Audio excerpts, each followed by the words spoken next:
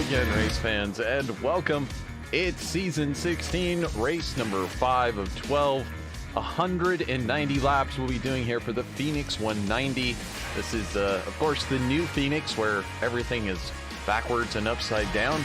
And, of course, my name is Trevor Greenfield. If you're just joining us for the first time, shame on you. No. We've got all the races here for the International IndyCar League right here on the YouTube channel for VirtualRacing.Network. And a lot of them feature my voice. So hopefully you like listening to me as well as the sounds of these Dallara IR-18 IndyCars. This is a very talented group, and we're already partway through the season. Last week, of course, seeing a brand new winner debut, Joel Aguilera. And we look forward to hopefully seeing him tonight, or today actually, even though we're racing at night here at the virtual Phoenix Raceway on iRacing. So once again, say hello in the chat room. Make sure to subscribe for all the future races of the International IndyCar League. We're getting ready for qualifying. Cars just heading down onto the track now, so go ahead and taking it down to trackside. And let's see what we can find out in qualifying. Of course, it doesn't mean too much here at a 1 mile oval. Still a lot of time for these drivers to get out there and be able to make passes and do drafting, etc. through the course of the race, but nevertheless, always good to qualify towards the front. Easier to see the white and checkered flag that way for sure, but also easier to manage your car and perhaps avoid incidents, as can happen here at Phoenix. Now, of course, over in NASCAR, big words flying around about the shape of their car and having difficulty at Phoenix and other raceways. We can see here Manuel Gomez Esteban on screen. We don't expect any such similar construction issues for these now old Dallara IR-18s that are, I think, in their very final season in real life. But we get to keep racing them forever here on iRacing. I apologize if I sound under the weather. It's been a rough little while and got a little bit of sickness, so I'll try to get through today's broadcast. But you can see Jason Lowe qualifying the Pink Pig right up front, and we were just watching there with Manuel Gomez Esteban. Seems to be feeling pretty comfortable in that cockpit. Jason Lowe, of course, he is in the lead of the championship. So now Graham Bunyan puts in his second lap thus far. Just coming around to finish that second lap. Let's go ahead and jump on board. This is five-time champion Graham Bunyan putting in that qualifying lap. And he, of course, takes over that top time. The purple lap 2 there you can see on your screen. So who else do we have out there? Well, it's Rick Kelbaugh, Mr. Stickwick. For those of you keeping very close eye on the sponsors. Of course, Stickwick, a big competitor here a big sponsor here in the league, and Rick Kelbaugh actually having some pretty good races this last season, so we'll see how he can qualify today, and already up on the board in 5th. So will he be able to improve here? We see that Jimmy Drennan has now gone 2nd. So we'll be able to take a look at another driver here momentarily, but Rick Kelbaugh finishes his lap and does move up to 4th. Congratulations to him, but hey, there's a new name at the top of the leaderboard. It's David Strid, and he's not out of this championship. Jason Lowe may be in the lead, but just about 30 points behind is this gentleman, David Strid. And we'll see whether the duo of Australians that seem to always manage to rise to the top of the speed charts, we'll see whether they can convert it into possibly race win today or podium position for each other. Here's David Worrell, Dave in the Cave as he's known. Always great to have him in the field, and he's also streaming. So over on, I believe, Twitch. So look him up, Dave in the Cave. And so racing now, starting out, looks like got his first lap in, only good enough for 14th. So we'll see whether he can pick it up here, get up a little bit higher into the field. And we should be running out of time. Nope, actually we still have about another minute left or so. This this is a 1 mile track, so 16-second laps or so, or excuse me, 18-second laps. It's really pretty fast. You blink your eyes and the cars are around. Worrell picking up a spot there, and so he'll be starting 13th. And so we'll just wait for the time to run out. And in the meantime, why don't we go ahead and take a look at the points as they stand right now. Some of the other stuff off the screen so you can see it easier. Jason Lowe in the lead of the championship, as you can see, and he's held it now for 2 weeks. David Strid in second place, same. He's been there for 2 weeks. So really, we're getting used to seeing this battle happening at the front. But look at old Dan Ensch getting in there into third place. Dan's got what it takes to race for this third place in the championship for sure.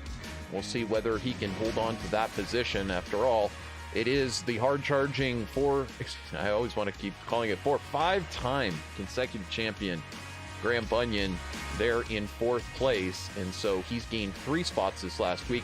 Julian Altena, unfortunately, not able to make it into today's race. Fortunately, I do think we will get him back starting next race. Dominic Harte in 6th. Rick Lovison has moved up a bunch of positions into 7th. Howard Livingston dropping back. Now, one thing to note, of course, we're without Howard Livingston here today, and I should definitely say it's a sad day for those that are down in Florida. I'm sure you've seen the news about what's happening with Hurricane Ian, and obviously Howard living in that area down in the Keys, and so our hearts are obviously out to him. We watch for updates to see how he and his family and his friends are getting along, but it's a really crucial time right now, and so they're not able to join us for this race. Fortunately, we do have we were expecting, and so we do have Jason Lowe in the field, and we were expecting to see basically everybody else in the field. Unfortunately, we don't have Iñigo Mardones with us today. A couple of others not able to make the race, but that's sort of the way that it goes in this championship hunt. And even like in real life, sometimes things come up for drivers and you get sick. Well, it's one of those things that you got to sit out a race or two, or some other major things happen. So this is how they'll start today. As you can see there on your screen, David Strid, Graham Bunyan, Jimmy Drennan, Jason Lowe. That'll complete the second row. Rick Kelbaugh going to be on the third row with Dominic Harte. Mauro Ramirez will be starting alongside Manuel Gomez Esteban. Robert Barnacow will be racing next to Ryan Bowles, headed into turn 1. Dan Ensch going to be starting next to Mike West, and David Worrell next to Rick Lovison, and bringing up the tail of the grid will be Will Stearns, who I believe is serving his end-of-line penalty from a couple of races ago with an unfortunate contact that took out another driver. So we'll get the ticker up here for you, and we're just about getting ready to go. Strid and Bunyan on the track for some magic here at Phoenix under the lights. And once again, just so great to have you with us. A classic track that's seen so much IndyCar racing over the years. Every one of the greats from the past has raced here. Obviously a great scene of the 90s kart champ car world. Now this is a bit of a different starting procedure. You can start on the back stretch, as it's known now, what used to be the front stretch. And so David Strid does exactly that, and we are underway.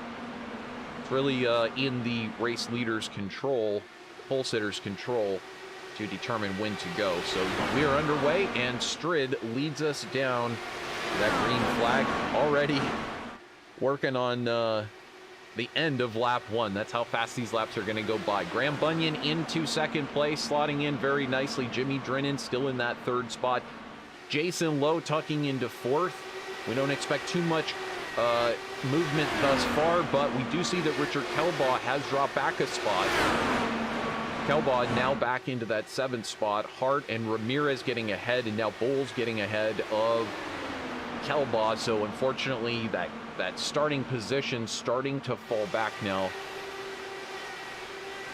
and starting to fall back into the 8th spot. But up front, Will Stearns just exiting the pits there and getting up to speed. One of the dangers of starting from the pits. David Strid, last time by, fastest lap. No surprise, but Graham Bunyan still close in tow. Jimmy Drennan bringing up 3rd. Jason Lowe still hanging on in the pink pig. Now, have some really good notes today from our crew over at Last Lap Motorsports as we see Jimmy Drennan perhaps taking a look on the inside of Graham Bunyan. We'll watch that battle so I can give you the fuel notes. Dan Ensch reporting to us, looks like 40 to 43 laps. He didn't really seem to feel like fuel save was going to play a role, but again, it's kind of like, depends on if there's a late yellow, depends on, you know, where the yellows kind of fall.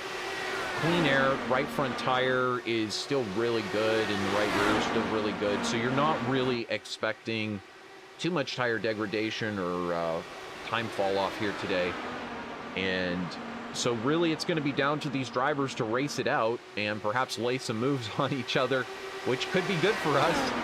But again, a lot of these drivers are going to be taking it easy the first 10 laps or so, or first perhaps 90 or more laps, and just waiting it out until the right opportunity. And you got to be patient. You got to wait for perhaps your opponent to make a mistake, or that gap to open up, and then you take your chance.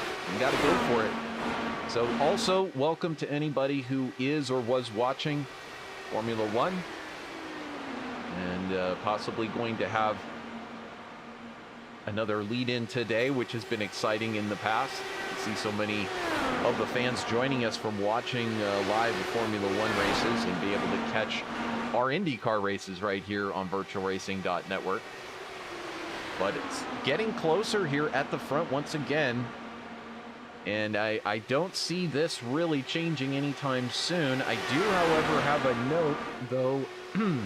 We'll jump back to this for just a moment. This was Will Stearns bringing it out of the pits and then having to stop, jump back to the pits. So I'm not sure why he needed to do that. It didn't look like he crashed, but meanwhile, we do have potential race for first place here, as Strid is just 15 100ths in front of Graham Bunyan, and there's Jimmy Drennan in that black car down to the inside. Drennan taking a look on the inside of Graham Bunyan and deciding to back out of it for that moment, but we might have a driver who has something for these front two in Jimmy Drennan, and you can see that's also allowed Jason Lowe to kind of creep back into the picture.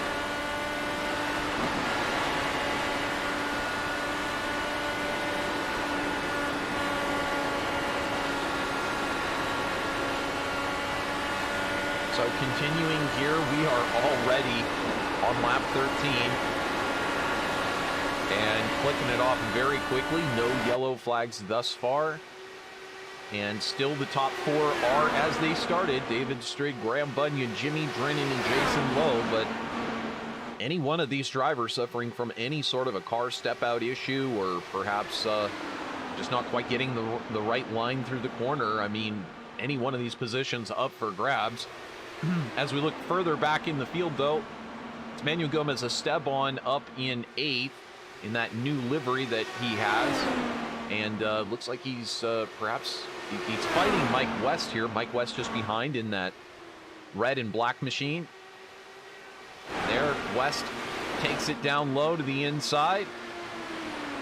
Not able to get the position back from Esteban. Esteban, as I said, he started in 8th and he's still in 8th. West, however, he's moved up 3 spots today, and so he's obviously having a statistically good day, but you know that you want to get up into that top 5 for the points, for the championship, etc. So West, very skilled competitor here in the International IndyCar League, and can never count him out. Here's another side-by-side battle. This Mauro, MJ Ramirez fighting alongside Ryan Bowles. These two have competed with one another several times this season side by side, and so it's fun to see different drivers really coming up through the ranks. And Ryan has made his stamp at a lot of tracks. Pocono obviously taking the victory there last season, but Ryan has what it takes to be up there in the top 5 any given week, and so does Mauro MJ. But unfortunately, situations kind of catch these two out on the regular. Just as I said that, Mauro kind of keyed down the track there on exit. I think he got a little loose, and I'm not sure if that bent the suspension on Ryan's car. But he's still able to get through the corner okay, so tough going there for Bowles, and I mean, just kind of proving the point of exactly what I was saying, just like little things like that catching these drivers out. So back at the front, though, it is David Strid, followed by Graham Bunyan, Jimmy Drennan, and Jason Lowe. These 4 drivers just kind of ebbing and flowing with the gaps. And I think that we'll start to see some movement right around pit stop time. Generally, if it's this tight on the track, a lot of these drivers are going to be trying to make a little different strategy call. So what we're seeing here, though, is Jimmy Drennan trying to do it again, and it's just not seeming to work out for Jimmy. He wants to get that low line into the corner, but Graham seems to be able to take the high line and get the run off the corner.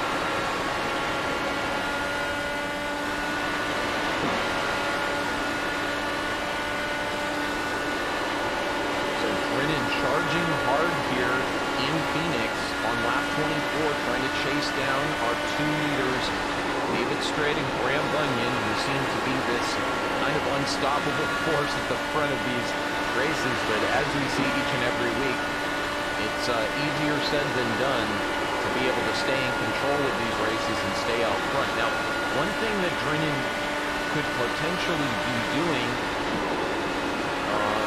is not really conserving his tires as much, knowing that maybe there will be yellow flags, maybe there will be a chance for, an early undercut strategy to come in and take new tires. I'm not saying that's the case, but we do hear a lot of tire scrubbing, so it's possible that he's taking a little bit more out of these corners than the 2 in front. Or maybe not. We'll find out around pit stop time when all of this starts to shake out. And there, Graham Bunyan really getting up on the back of Strid. Drennan trying to take that low line entry and position himself to possibly take that position. But so Graham Bunyan able to keep that charge from Drennan at bay. As I said, we'll keep watching that battle as well. Look a little bit further back. This is Dan Ensch, racing in 11th place.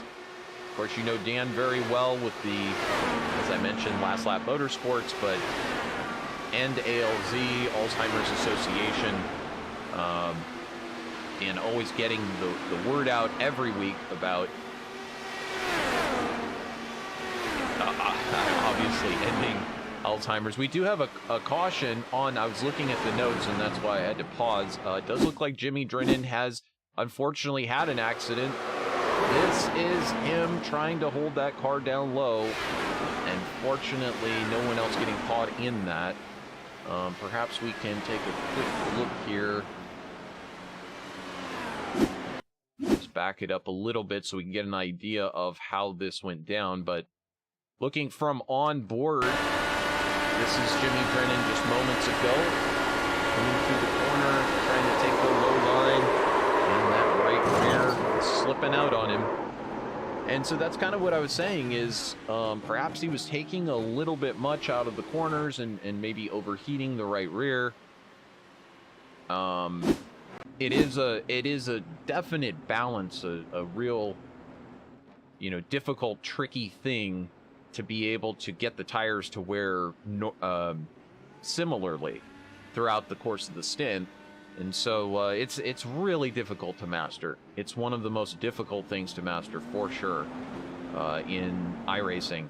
But these drivers every week, you try to improve. You try to go out there and really see what you did last week and see whether you got that kind of even wear, you know, and there's a lot of tools that are available to these drivers as well, such as, you know, Motec, where you can go in and take all of your data. And there's, of course, a Virtual Racing School, a number of others where you can go and look at your data and be able to see which laps, you know, you were improving on and which laps you managed to keep things similar. Unfortunately, one of the things that I didn't really get very well from the data was that tire temperature.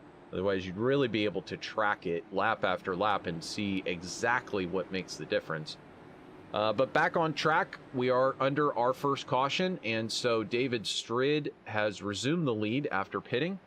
Now everybody has gotten into the pits and taken on tires and fuel, so our current running order: David Strid, Graham Bunyan, Jason Lowe, and of course Jimmy Drinnan was up there in third place, but that self-spin bringing out the caution.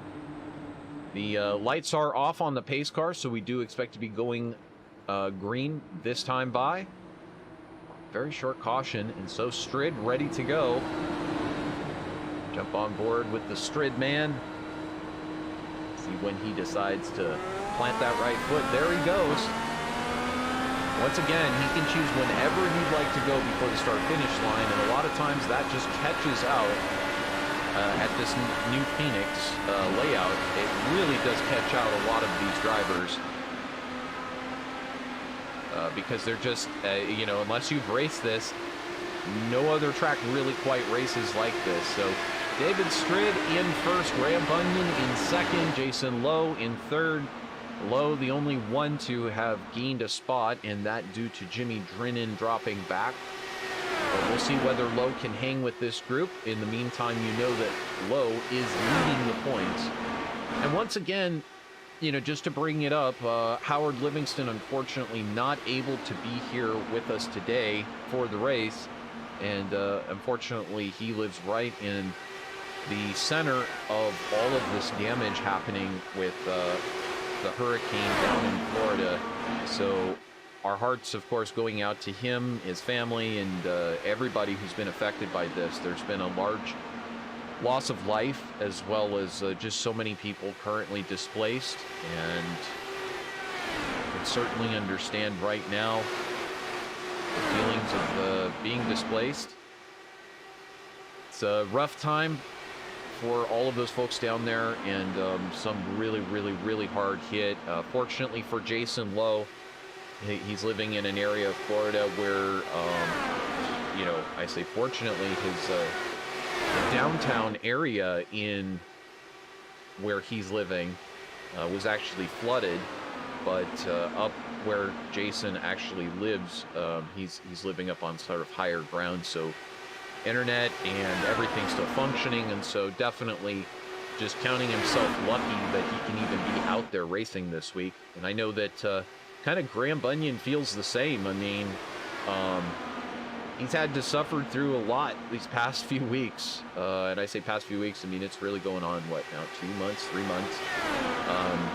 First last season, you know, despite Graham winning the championship, but Graham really had a lot of technical issues last season, and then he was waiting on a sim rig to come, and it was just an absolute nightmare to get the sim rig actually to arrive and get all the right parts and everything, and finally ended up going with another solution.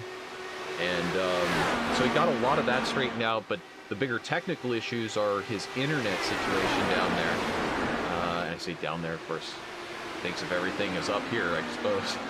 But where Graham is at in Brisbane, he's got like a backup internet, and that's sometimes fluky. He's got a primary internet that goes down, so you know it's rough for a lot of these drivers. If you're not aware, you know, it's anything but just sitting down at your computer and turning on and going out and racing. It seems like it should be so much easier, you know, but it isn't. You got to have almost a super computer to run these things. You gotta have the right wheels to be competitive, right wheels and pedals to be competitive, and you gotta take it somewhat seriously, go out there and practice a bunch. But either way, you know, this league has given a great place for all of these drivers to race in. And it certainly is a league of mixed talents, mixed levels of experience. And I think that that's part of kind of the classic charm of this league, is that it's really welcoming to just about everybody. I mean, the only people who really aren't are those who have really toxic problems. And also those who maybe haven't done any IndyCar races on official iRacing. But other than that, if you're watching on, you want to be part of this league and go up there and give these drivers a chance or take a shot at a win, hey, the link is down in the description. Just click on through. You'll be taken to the iRacing member page, and you can go ahead and submit your application, and you'll be in touch with Jason Lowe. Yes, that Jason Lowe, the driver of the Pink Pig, actually Kirby. But he's letting me call it the Pink Pig. I think he likes that, so we'll just stick with it. And he's leading the points now, so he kind of has to stick with the same thing. But yes, you'll be talking with Jason Lowe, and he'll get you out there into a Saturday practice session, and then once you've got the green light, you are good to go. And maybe we'll be talking on the post-race interview afterwards. So let's catch you up with where everyone's at now that these drivers have run some more freshness off these Firestone Firehawks. You've been watching this battle at the front. It's really not gone anywhere. It's David Strid out there in that classic blue paint job that is the current Jimmy Johnson paint job for Chip Ganassi Racing. And second place, Graham Bunyan, his teammate and buddy. And honestly, he hasn't dropped back at all. He's doing the perfect teammate job. He's really helping out his good friend, David Strid, to keep nice, clear track in front, manage those tires well, get them through lap traffic, etc. So Graham Bunyan and David Strid really doing the teammate thing pretty well. I'd say this season, I've seen a lot more of that, a lot more of them trying to work together maybe. And they've had to really sharpen the pencil, so to speak. I mean, you know, you got a driver last race like Joel Aguilera, and I really thought that we were going to see him again this week. We talked to him last week, and it seemed like he was going to be joining Mauro again this week. But hopefully, again, we get him back in the field. Dominic Harte was checking in with us. Good luck. All have a fun race, absolutely.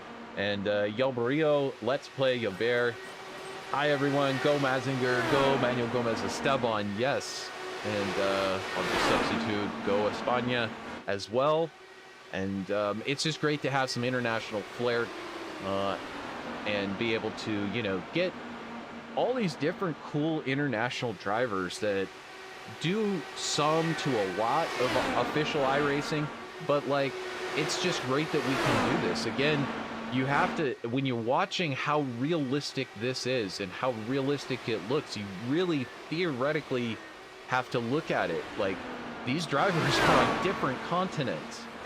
They're racing over internet connections that, I mean, sometimes Graham Bunyan has to race on a like cell phone wireless internet connection. It's kind of crazy that we can duct tape this so much together and have it look so official in 2022. But it is nonetheless absolutely true. And just for Yelbario, why don't we let Manuel Gomez Esteban take us around this track for a couple of laps. So here we are coming down the backstretch. You can see that's Mauro, MJ, Ramirez up there in front, just about to come down. And there's the start-finish stripe, the old dog leg.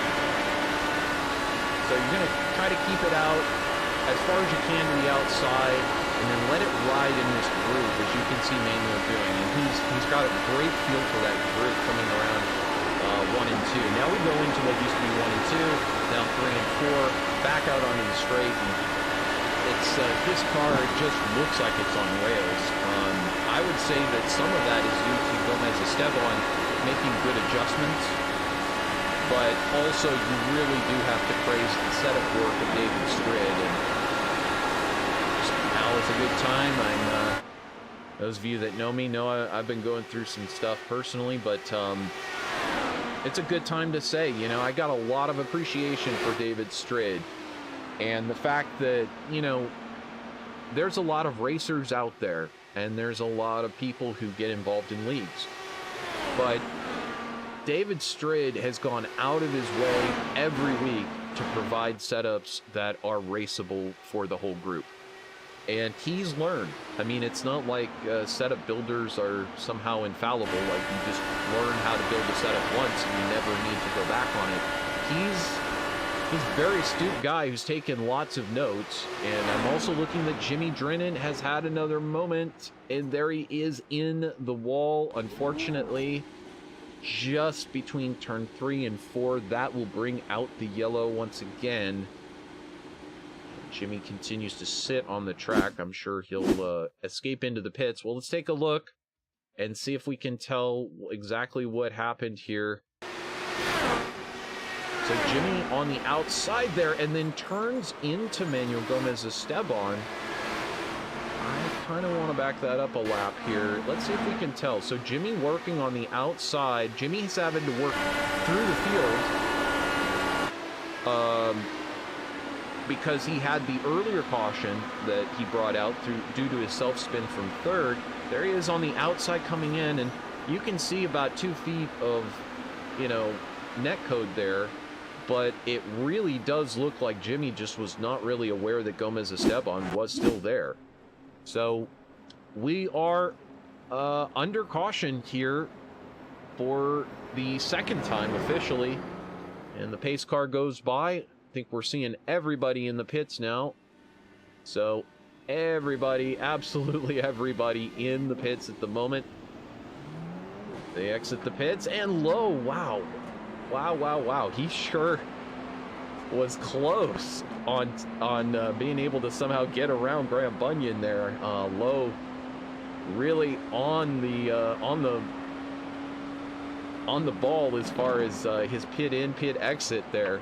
So that was kind of exciting to watch. I thought Lowe might have caught Graham sleeping a little bit there, but he did not. And so it is, in fact, Strid, Bunyan, and Lowe. That's the way they went in, and that's the way they come back out.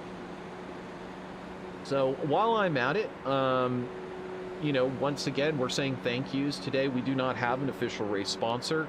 We'd love to have another race sponsor.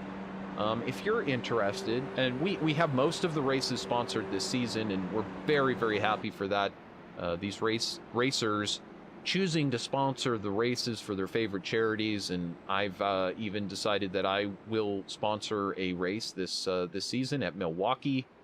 So yeah, your name could be on this race. I could be calling your name. I could be playing your video right now on the screen for our millions of fans. You can see that we sell out the stands every week here in the International IndyCar League, and you know, I mean, that's worth something. There's at least, you know, 50 to 100,000 virtual fans that are up there in those stands.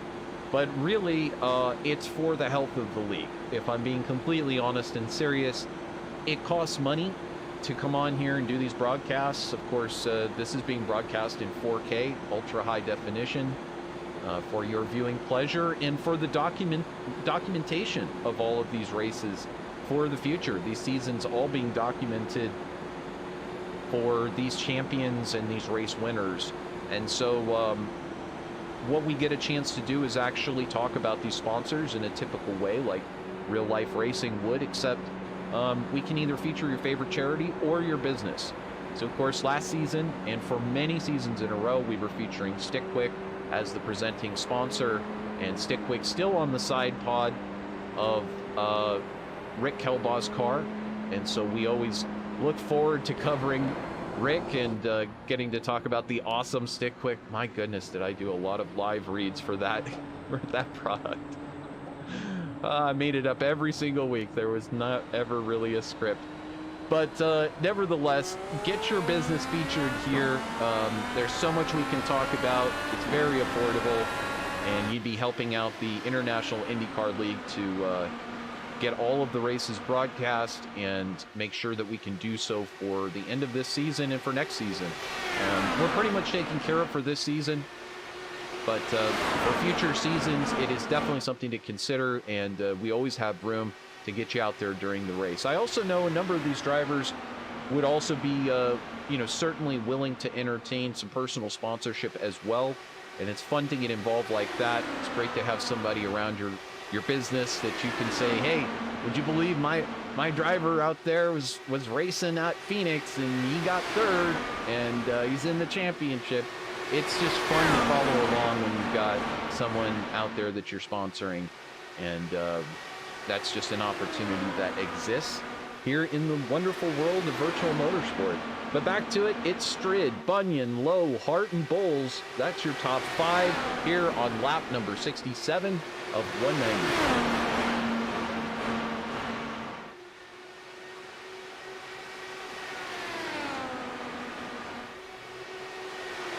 Just like that, Jason Lowe getting back into the groove.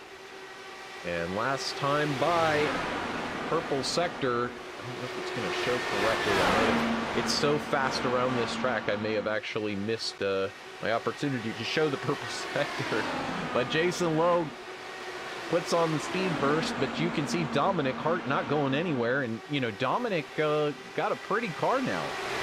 He's managed to get this red metallic paint job going, and we've seen quite a few different liveries out of Dominic since he came into the league.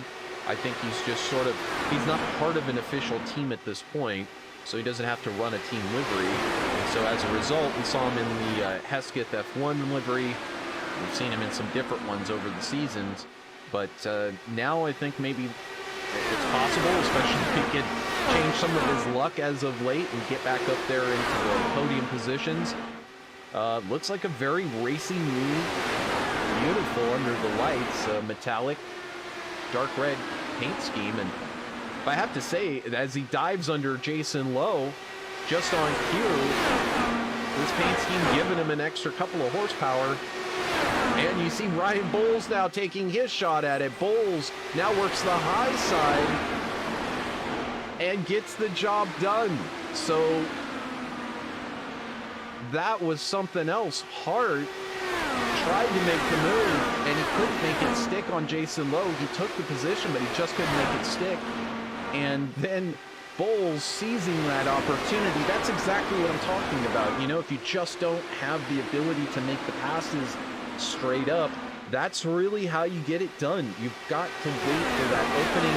You got to wait for your opportunity, one driver passing another, to go up there and kind of shake it up a little bit and position your car in a place where you might take that position. So now Bowles going to have his rear view filled with Dominic Harte, and Harte wasting no time, taking the look down to the inside. He's tried this before on Jason Lowe. I don't know if he'll be able to pull it off this time. And speaking of Lowe, Lowe looks like he's getting very close to the cars in front. This time, they're side by side as they come past the start-finish line. And down into turn 1, it's still side by side. Bowles not backing down an inch. Still side by side on the backstretch. Bowles and Harte has to take precaution and back out going into the corner, losing that position. So Harte trying to get that low line done, and it seems like it's good enough to take a momentary lead. It's just next to impossible to get the job done. Will we see a slide job in the future? Well, that's kind of how you get it done on a short track. And, well, we could be in for that. So stay tuned. At this point, we haven't seen anybody resorting to dirt track tactics quite yet. But if there's one driver who would know how to do that in the field, like muscle memory, it's this guy right here, Jason Lowe. I don't really recall seeing him do a slide job on anybody here in the International IndyCar League, but Lowe is, part of the real racing community. He's raced short track cars, he's raced SCCA, he's done all kinds of stuff, and, just a ton of experience. And so, calling back on those old memories, I do expect to see some short tracking someday. But he's adapted so well to the high-speed IndyCars, and obviously it's one thing to go out and race on a short track at high speed. It's another thing to go 180 or 220 miles an hour around one of these ovals. So it just kind of tells you the level of racer that Jason is. He's able to step into that faster car, and he's won championships. At one point, he took 3 straight championships here in the previous iteration of the International IndyCar League. But he's also struggled the last few seasons. It's been kind of one thing after another. He's even gotten up into the championship points lead and then started to suffer issues through the season. This season, I have to say, Jason Lowe is looking as concentrated and poised as I have ever seen since we started covering this league. He has avoided making the incidents that he was getting caught out in before. He's avoided the self-spins. He's avoided the pit in, pit out disasters, the speeding on pit lane. I mean, it sounds like rookie mistakes, but it only takes one of these things to catch you out in a race. And Jason's aware of it. He's, you know, he and I haven't really talked extensively about how he views his mistakes, but the reality is we're all kind of perfectionists when it comes to racing. I mean, when you have, like, you know, you get a lot of seat time and you have high expectations of yourself. You say, I've gone out and practiced, I've raced this track 25, 50 times. You know, I have 50 official racing, iRacing races to my belt at this track. I kind of feel like I should know how to get in and off a pit road, and yet when you get into the heat of the moment, sometimes you push too hard coming to pit road. Sometimes you're just way too conservative and you give up a second or two each and every time you pit, and that's the difference at the end of the race. So you always strive for perfection. You're always striving to do better than you did last week, and we do hear that from Graham Bunyan a lot. Absolutely a lot. He learns each and every week. But Jason Lowe taking it really seriously, and now this season up in the points lead. Yes, albeit some other drivers not able to compete, maybe not able to participate, of course, this week due to other circumstances. But again, that's real life racing too. Just because other drivers are having issues, or even if there's chaos around you and drivers have tempers flare, etc., it is the drivers that can keep their head down and get through it and be able to walk out the other end of the championship with their composure that generally end up taking the championship. I think we saw that in Will Power this season. No doubt about it. Will was... You listen to Will Power in the interviews, and by the way, we're watching here as Ryan Bowles is actually closing in on Lowe. So Bowles, as I said, this is one driver to keep your eye on every week. He has absolute talent and speed to be able to poke his nose up there in the front. And we may just see him try to do that on Lowe right now. He's getting dangerously close. And Harte has not really fallen off either. So, I mean, the top six really within very close distance. So now Strata's going to have to start working on some lap cars here. Goes to the low line on Rick Lovison. Great to have Rick in the field. Fortunately, our coverage hasn't really caught much of him, but always racing that gorgeous Berkshire Resort Lodge. I mean, literally on his livery. I mean, like literally every single week, I look at it and it makes me want to go there and go hiking around there and stay there. So, you know, talk about camera time and, you know, sponsor placement, etc. They get their share. I don't know if they actually sponsor him or if that's just because he works there. But either way, it's like they get their time in the sun, and hopefully one or two reservations fall off a truck. But, you know, who knows what's in my future? Maybe I'll come visit you out there. Rick, we'll have a good old time. getting a little bit chilly, though. I don't know, maybe next season or next year. Jason Lowe just in front of Ryan Bowles here, holding on to third place. And again, this is one of those crucial moments where, you know, Lowe has his real nemesis right in front of him, Graham Bunyan. You know, he's able to keep Bunyan in check. And right now, Lowe thinking championship, not thinking necessarily. I mean, he comes in and he says he's not really thinking championship, but there's no real reason to go out of your way and destroy your championship. And I think that's part of it, is you don't necessarily have to fight Ryan Bowles, because Bowles is not really racing for the championship.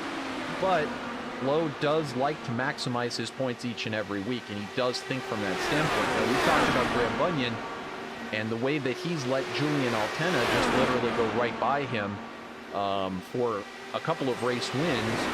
And, you know, you have to get a sense that it's a very different thing coming out of the 101 camp, where Graham is kind of thinking big picture.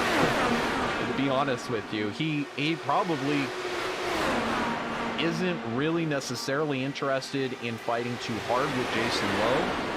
He's more interested, more than likely, in just kind of surviving to the end and then having a car to perhaps make a challenge back at one of these other drivers. But, you know, I'm just presupposing here what their strategy is today. Robert Barnicow into the pits, taking that early pit stop. Now working on lap 101, David Strid is. And also seeing that Dan Ensch making his pit stop as well.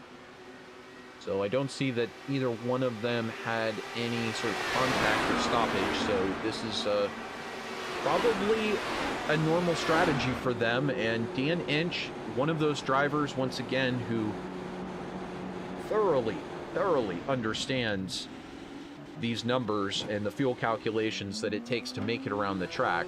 So if Dan is pitting for fuel, suffice to say he knows what he's doing, and he's certainly on a strategy that will work for him.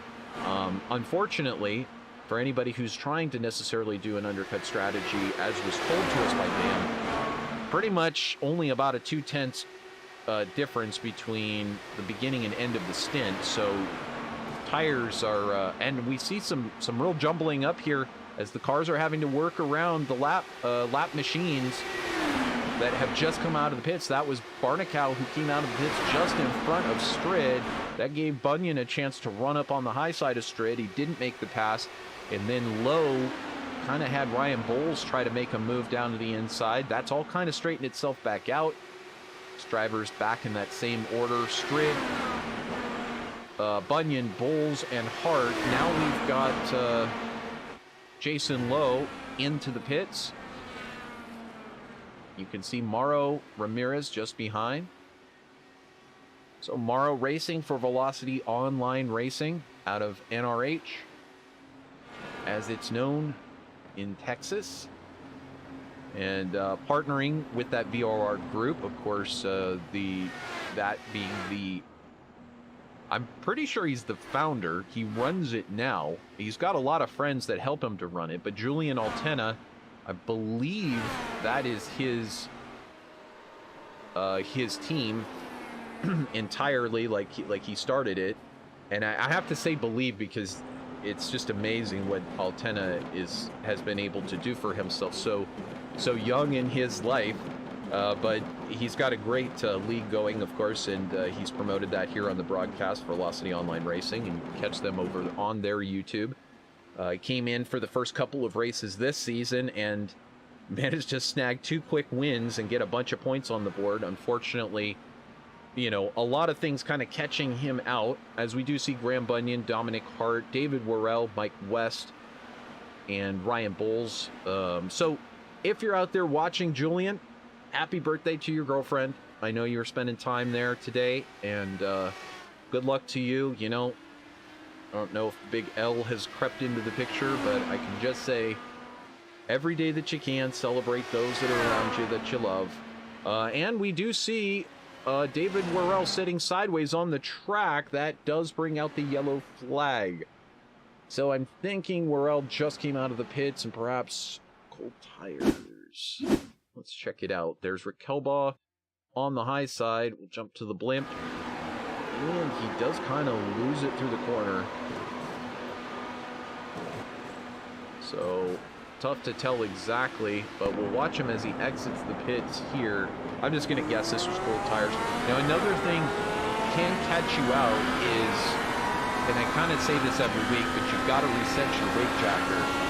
And that is something that can easily affect these cars because at the end of a stint, you know, where the tires are warmed, you end up having to change the right rear on the weight jacker so that you can keep the car going through the corner smoothly and keep it from drifting up into the wall. So you adjust it over the course of the stint, and of course you can also adjust a few other things like anti-roll bar, and all of these things make geometry sort of changes to the suspension, and that produces, you know, a whole different driving of the car. We've seen David Strid fall back to 5th, and I don't have any notes as to why that was, but he's now shown behind Jason Lowe. So Strid, you know, can we, let's see, do we have lights off? No. So we can go back and take a look. Why don't we watch David Strid's pit in here. So let's see here if he retained that position exiting the pits.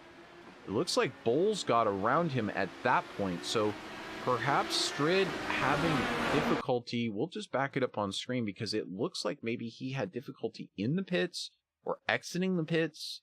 I'm not sure if he didn't have to wait for a penalty.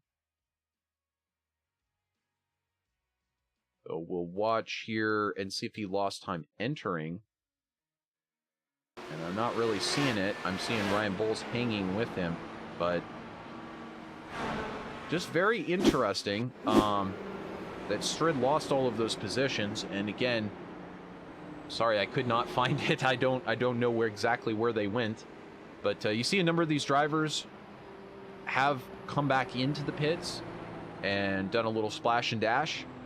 So let's see here. We've got Dan Ensch, Manuel Gomez Esteban, both coming in on lap 110. Now we see Mike West coming in. And these drivers at the back, they've got nothing to lose. They can come in even if they just pitted and top off. But Ensch making that pit stop on 110, and it really did not cost him anything. He's going to restart in 7th with the freshest tires and the most fuel of the bunch. Whether that will mean anything at the end of this race, we'll come to find out. But Ensch kind of knows what he's doing. And so it's, once again, we're under yellow here. I believe we've got, yes, the lights are off on the pace cars. We can see from Graham Bunyan's point of view. Graham will be restarting from the lead of the race for the first time today. David Strid has held down the front of this one since the first lap. But Bunyan getting that position as Strid struggled on that round of pit stops. Strid still in the picture there, back there behind the pink pig. Bunyan really bringing it down slow here. Jump on board. Looking back there at Dominic Harte, and he gets a good jump. As I said, this is one of those tracks where it's actually easy to do that because there is so much room. And there you can see Harte getting challenged from Bowles immediately. Bowles up 8 spots today, having a stellar run, and making me look good by calling his name and saying he could be up there at the front, even though he was way in the back earlier.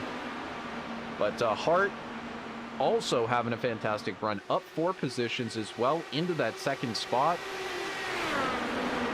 And once again, you know, just part of that great international flair that we have. It's an Australian driver from the UAE, 2 Americans, another Australian, a Spanish driver in 8th.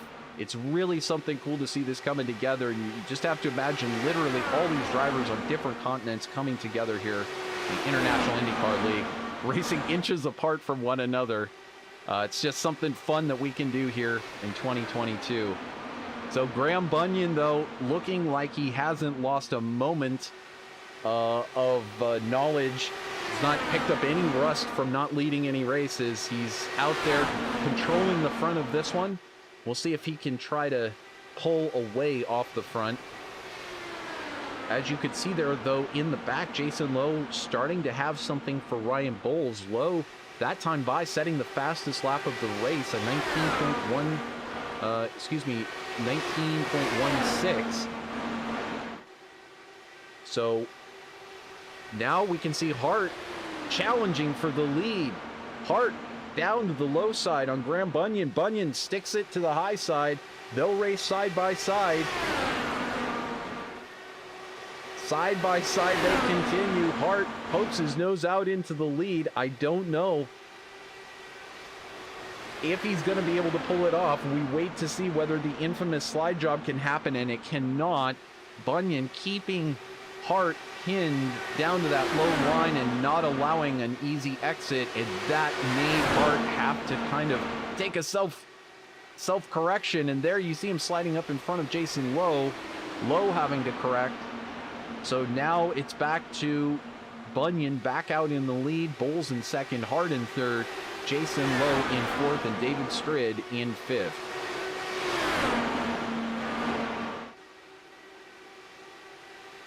So looking back now at Strid, but Strid has not been able to climb up from that fifth position. In the meantime, looking at this battle on your screen between Harte and Bowles, and Jason Lowe creeping into that picture as well. We might have a three-way battle here for second momentarily. We do. Lowe tries to funnel into the high side, with Harte choosing to stick to that low line. And again, you have to keep in mind, this is a fixed setup series. There is only one setup for these drivers to use. So if one can hang on the low side and one can hang on the high side, and they both find it comfortable, you got to look over at David Strid and say, hey, nice job on building that setup. It's very raceable. And that's exactly what we're seeing out here today. Bowles and Harte battling side by side for second place. Harte trying so hard to make it work now on the outside. Now switches over to the inside. Bowles had held the inside, and now it's back to Harte on the inside. So these two continuing to swap here on lap number 124. And now Jason Lowe is going to take his shot on the high side. He moves up into that third spot, and he smacks into the wall a little bit. It's tough to tell whether maybe that was just prediction code or what, but if Lowe starts dropping off the pace, you'll know when it happened. I think Lowe pulling to the inside, and indeed having to let some drivers go, and that is one of those sad mistakes that, that Lowe, the championship leader, is going to look back on. And that's just one of those ones that he's going to have to recover from. He seems like he's going to stick it out. Currently in sixth place. And so that car taking on damage. Can't necessarily see it from this angle, and more pieces have been removed.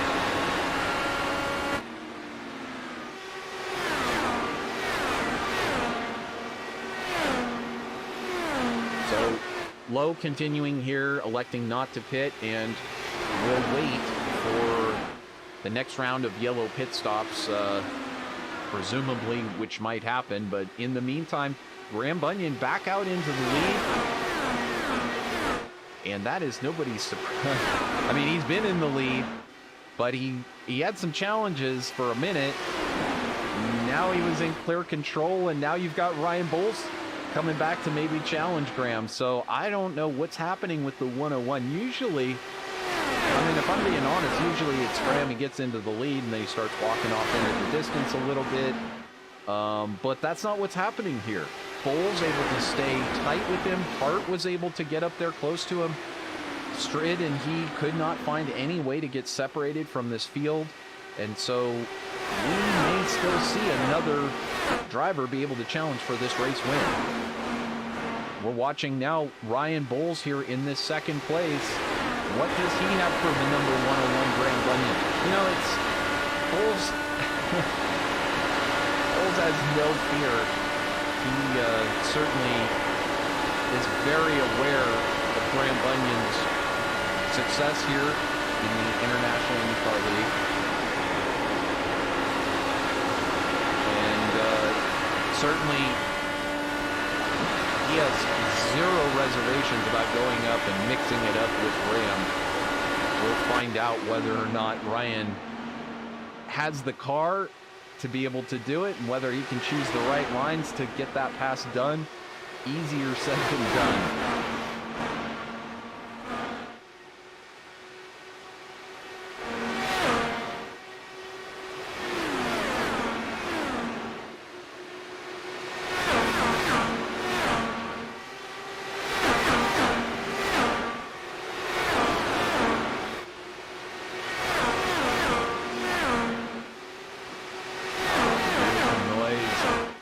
These Dallara IR-18 IndyCars.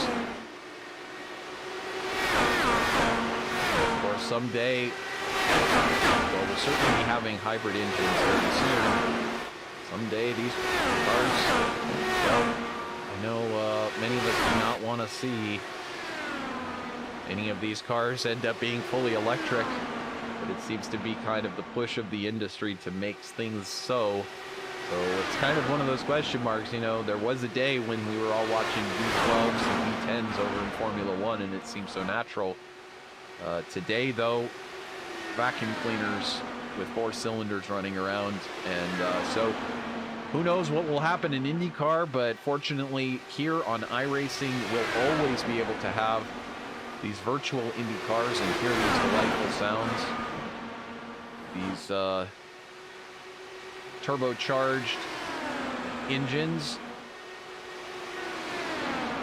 which in the past have run on methanol, running on ethanol here at this time. But like I said, the internal combustion engine thing, it's kind of a question as to how much longer that continues.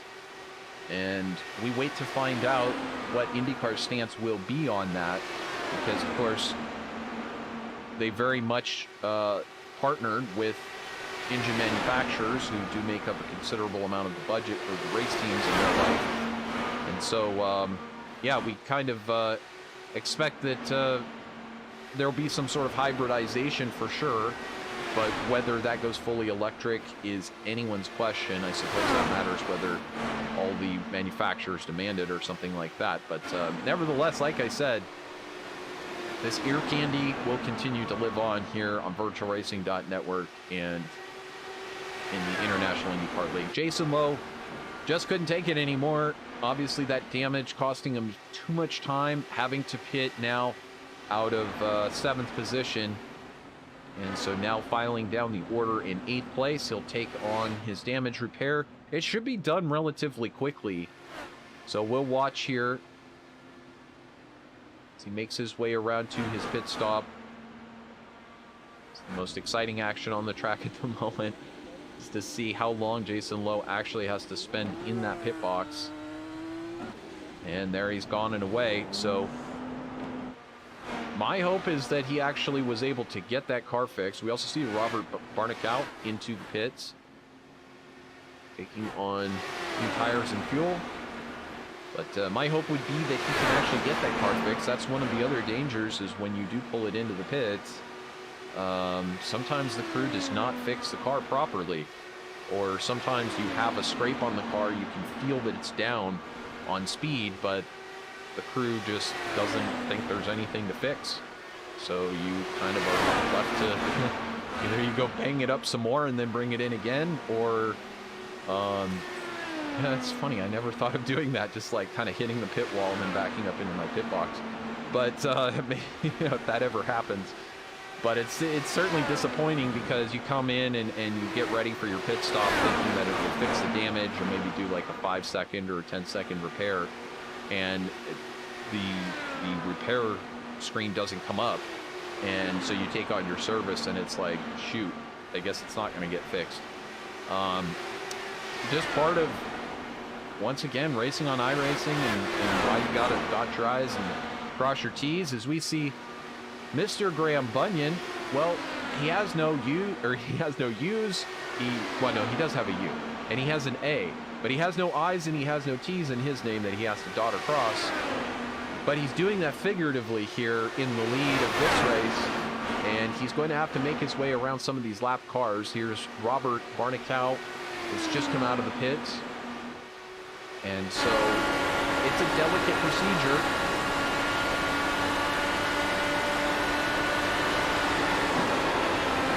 Wow, so Barnicow goes to the high side and Bunyan goes to the low side, and I am not sure if Bunyan made contact. He did make contact. That, unfortunately, is going to absolutely hurt Graham Bunyan's day. And you saw it live here, Barnicow having an issue, not really knowing which direction to take. So let's take a look back. This was Barnicow. Oh, and he made contact with Strid. Wowee. So let's back it up a lap and we'll be able to see this a little bit more effectively. So we can see Barnicow on the outside, and that's already after that crash. So we'll back it up a little bit more. This was Barnicow in front. Graham Bunyan thinks he's cleared him. Barnicow comes... I guess Graham didn't realize that he was quite up against the wall and was not going to be able to get through the corner fast enough, and as a result, Graham Bunyan, go back to the live picture, is now into the pits and taking on his final repairs. And so Graham can get back out there and actually get some points for today. It's only going to be good enough for like maybe 8th or 7th, given the fact that he's going to be a few laps down. But in the long run, all these points do add up, and it is worth finishing out these races to try to get up there in those championship points. And I tell you, there's a couple more drivers who have come into the pits. David Strid, as you saw, I believe got hit in that Robert Barnicow extended crash. And so now Dominic Harte pitting from the lead. Manuel Gomez Esteban into the pits as well. Ryan Bowles into the pits. So those of you watching us, we do appreciate it. Quite a few of you out there checking us out live. And you are seeing one of the classics here from Phoenix Raceway. There's been some attrition, a little bit. There's been some tight racing, lots of passing for the lead, lots of side-by-side racing. We hope to see some more of that before this one is over, though we are getting close to the end. These drivers are making their final pit stops. Dan Ensch in for that final stop. Harte, Gomez Esteban, Worrell, and Kelbaugh. So Harte came in from the pits, or came in from the lead, excuse me, to the pits. And with that flashy new paint job, he has retained the lead. You see Rick Lovison back there, but I don't see Ryan Bowles. Bowles a second and a half, though there he is, a second and a half back, almost a full straightaway here at Phoenix. So Bowles definitely has the pace to get up there and challenge Harte for this lead, but this would be something of a dream for Harte to be able to not only get back into competitive form here in this race, but to potentially take this race win. I think would do big things for Harte. He's really tried and really, just given it his all. It's been kind of painful to watch his setbacks each and every week because he's always been up there in the front, as you see Harte now having to work around Manuel Gomez Esteban. And so Harte, though, and you see Bowles having to take quick action as well to get around Esteban. But Harte, he has been sticking with it, and that's really the key. Every day's a new day. And it's so important. I mean, it's like racing is very analogous to life in a lot of ways. It's not exactly, but in this way it is, where if you've had a bad season, you can't come into that day, that race, thinking, I don't have a shot at it. I don't, I'm not that good. I can't, beat these guys. Yeah, sure, I got a race win, but, you know, I've seen that I'm not quite as fast as the Graham Bunyans and the Jason Lowes and the David Strids. You know, I'll just accept my 4th place, and you can't do that. Even if, and you learn this with official racing, really, where you get this shot to just go out there and race as much as you want. And what happened in the previous race, it does not matter. Today's a different day. This is a new race. Now, you do have to learn from your previous races. That's the key. And so you can't afford to make exactly the same mistakes. And again, kind of into seeing the whole analogies between life and some of our sports and hobbies and different things that we do. But you got to learn in life as well. And when you don't, it costs you. It costs you dearly. So costs you just the same here in racing if you keep your head down and you don't think you can get up there and race well. But you got to be in the right frame of mind, because the opportunities present themselves in the present moment. You know, you're racing along, maybe you're in 7th, maybe you're in 5th or whatever, and the next thing you know, a caution comes out at exactly the right time, gets you a jump start up into the front, or everyone else is on old tires, you get a chance to get fresh tires, and suddenly you're 0.2 of a lap faster than everyone else. You've got to take advantage where it comes. You've got to look at every lap and every race as a different opportunity. And just because you've been struggling for the first 4 races does not mean you can't come out here and just blow everyone's doors off once some attrition is taken set. You know, that's part of it too. If you got people struggling to pass leader or to pass lap cars, you got cars kind of, you know, getting stacked up. As bizarre as it sounds, I mean, it could just be one straightaway's worth of opportunity that you take advantage of to take yourself from being in mid-pack all the way right up to the front. It's just being open to that and, you know, once again, doing your best. Now, this is amazing stuff, folks. You're watching live here as Graham Bunyan has somehow managed to climb back into the 3rd spot after his difficulties from the lead of getting around the lap car. He's climbed back into 3rd, and David Strid and he are battling it out, which just tells you how little Strid sometimes concedes to his teammate Graham Bunyan. They love to rib each other and tell each other to get out of the way. But nevertheless, this is just nothing short of a miraculous comeback, and that's exactly what I'm talking about. It's not just the resiliency of knowing that, you know, I don't have to be defined by my last race. I don't have to be defined by what's happened earlier in this season. I can start fresh today, and I can have a better race today, like Dominic Harte is experiencing, like Ryan Bowles is experiencing today.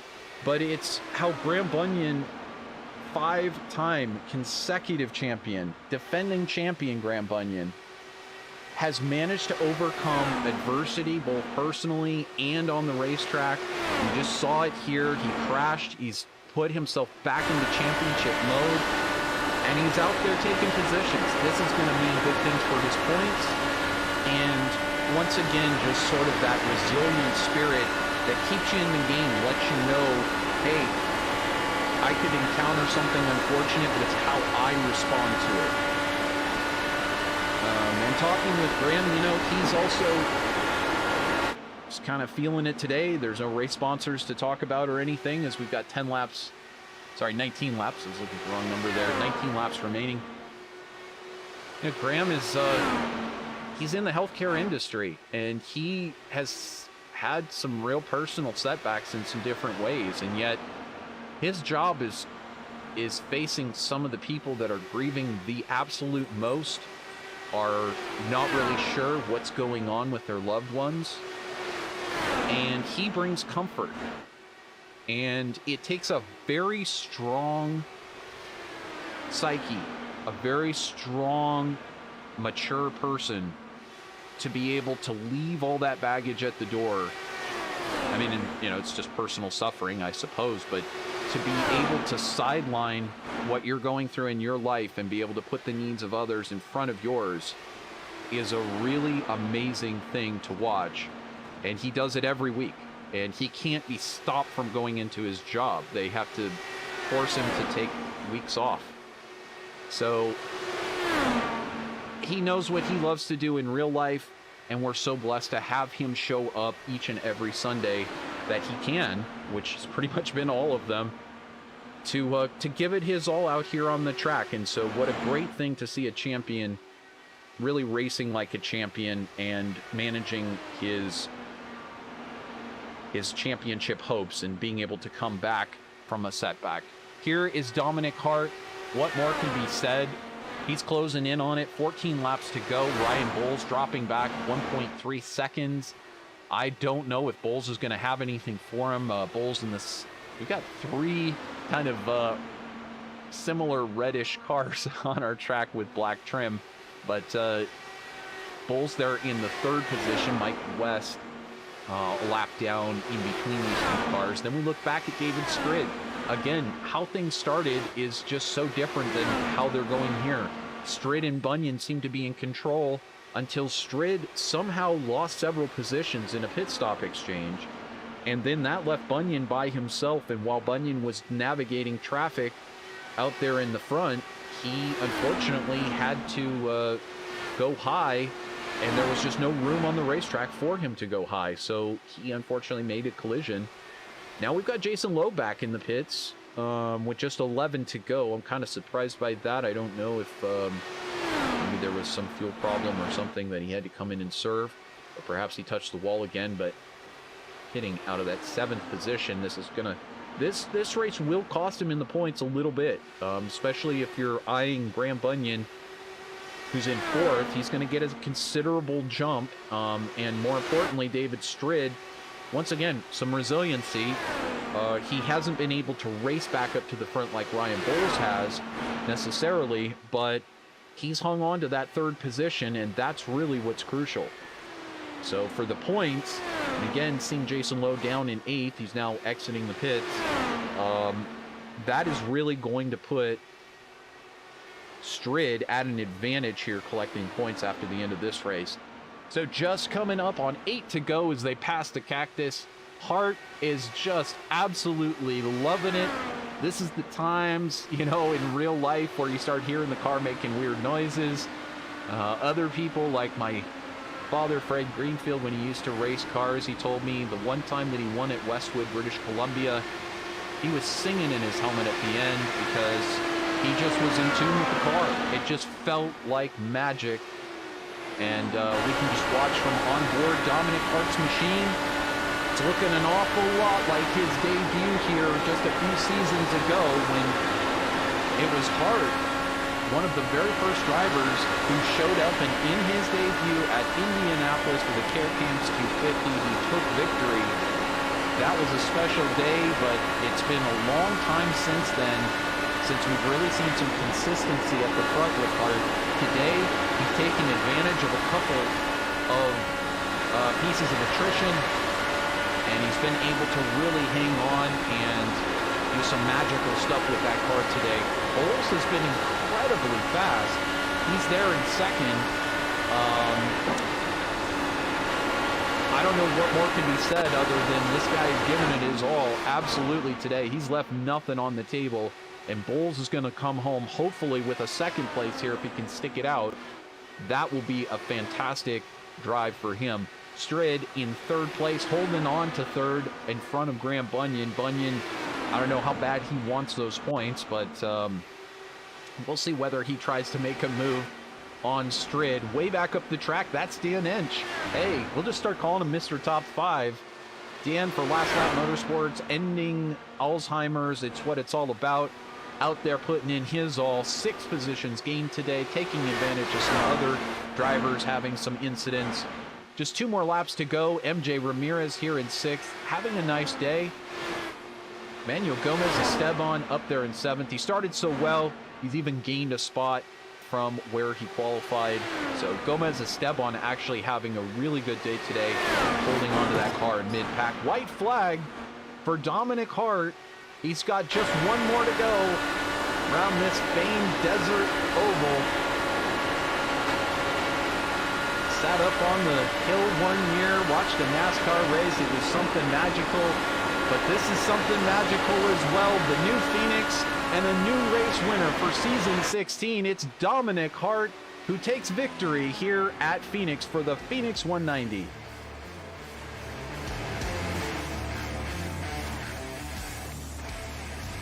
So Dominic Harte taking victory here. We'll catch our breaths and get a chance to talk with him in a moment.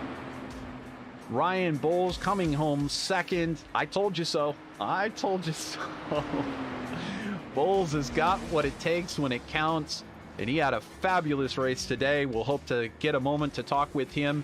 And we missed it there at the end, so we're going to have to play it back. Let's see if I can find it here.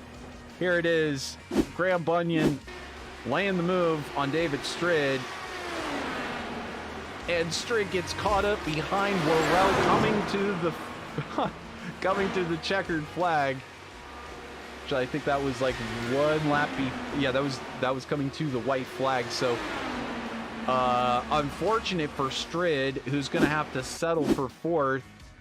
But that's the way that the cookie crumbles when you got Graham Bunyan bringing up your rear view there. As you see Dominic Harte celebrating on the track. Let's go ahead and get the final results up there on the screen now that it's gone official.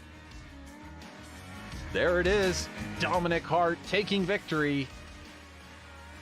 Fantastic second place for Ryan Bowles. As I mentioned, third to Graham Bunyan, fourth to David Strid, fifth to Dan Ensch, sixth Mauro MJ Ramirez, also the chief steward, having a solid day there in sixth position.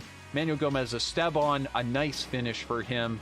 Jason Lowe, that is going to be a big question mark, like a big question mark. And this is just one that you do want to kind of forget. But nevertheless, he'll finish in eighth, and he does have a drop week that's available at the end of the season. So I mean, if he doesn't finish worse than eighth, he might have to take it. Otherwise, eighth is pretty respectable, and that might actually work out in his favor, given how much unfortunate circumstance some of the other drivers in the championship have had.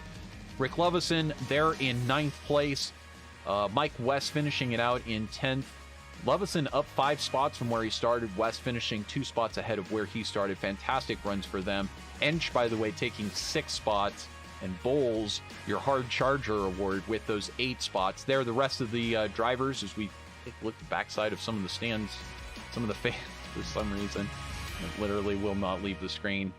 So, Mike West, David Worrell, Richard Kelbaugh, Robert Barnicow, Jimmy Drennan, and Will Stearns. That'll complete the field for today.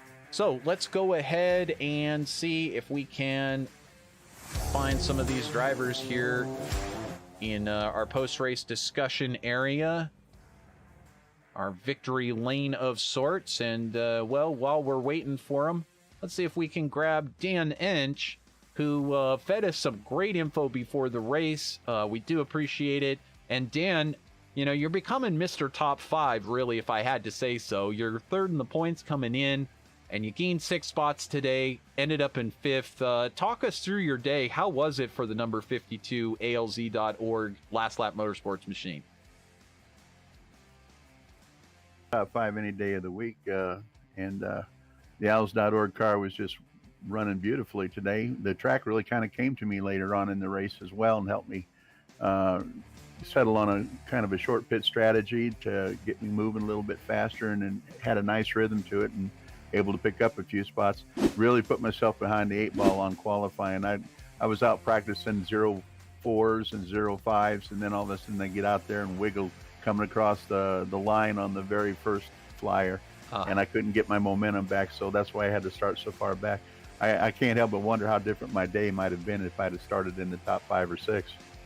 And that's always the comment we make. It seems like it's a negligible thing given the amount of passing and things that you can do, but oftentimes it really does give you an advantage, and you can steer clear of some accidents. You don't get those sort of mid-pack challenges, or people that are starting from the back and always trying to pass you and get around you and stuff like that. gives you that chance to start closer to the front. But nevertheless, it seems like you have the speed. It's just a matter of getting those qualifying laps in and getting them official. But Dan, you know, your championship's still looking fantastic. Again, third coming in, fifth here today. You know, you don't qualify well, but you race well, and I mean, this is becoming a regular thing for you. It's got to feel good though to get through these races, get these finishes up there, and still be looking at top 3 in the championship. Yeah, and of course the big thing is if you spend more time in the top 5, you get more coverage for your livery, and that means Owls.org is getting a little bit more publicity, and that's really the most important thing for me. So I got to race hard so I can get the word out to help stamp out Alzheimer's disease. You betcha, and you're doing so much work with them, and it's really turned into a cool partnership between you guys, and we, of course, always love covering the race where we get to talk so much about them. But thank you so much for what you're doing and that awareness that you do bring every single week, and your beautiful purple car is sure distinctive out there. It's always easy to figure out where Dan Ensch is on the track, and it seems like it's always in the top 5. So look forward to seeing you next week. Good luck with the rest of the championship. Thank you, Trevor. Absolutely. My pleasure. That's Dan Ensch checking in. He took a top 5 again this week, 6 positions gained. It's kind of, you know, like he says, he's getting as much camera time as he can out there for his sponsor. In the meantime, we're hoping that Ryan Bowles will get a chance to join us from second place. Of course, we always also enjoy talking with Graham Bunyan. Unfortunately, not seeing either one of those folks in our victory circle today, so we'll jump in with our race winner. Harry is, I mean, Dominic, I said ahead of time, you can never count this guy out. But I did not expect that you would come through and find yourself in victory lane at the end, given how sharp David Strid and Graham Bunyan were looking at the start of this one. You got a brand new flashy paint job. Do you think that's what got you into victory lane today? Trevor, yeah. I don't know. I just chose something because I thought it was a night race. I thought I'd choose something that would shine a bit more, because I heard your commentary on previously, and all the colours were looking a bit dull recently, so I thought I'd do something a bit different. But no, I mean, I wasn't expecting it. I lucked into it a bit with the others falling back. But that's how it goes, I guess. I've been unlucky in others, so... Well, what was it shaping up like? I mean, things kind of started to bust apart, I would say, halfway through, as we did have a couple of incidents. But what was it starting to shape up for you like? Was this looking like a top 3 race for you? You were seeming like you were hanging up there in the top 4 or 5 with Jason Lowe and Ryan Bowles. But did it seem like a race where you could go up there and challenge Strid and Bunyan for the race win? Or were you just kind of playing it safe, waiting for the end? I thought I had speed actually in the race. My qualifying wasn't that great, but I thought I had the speed in the race. I was just sitting there.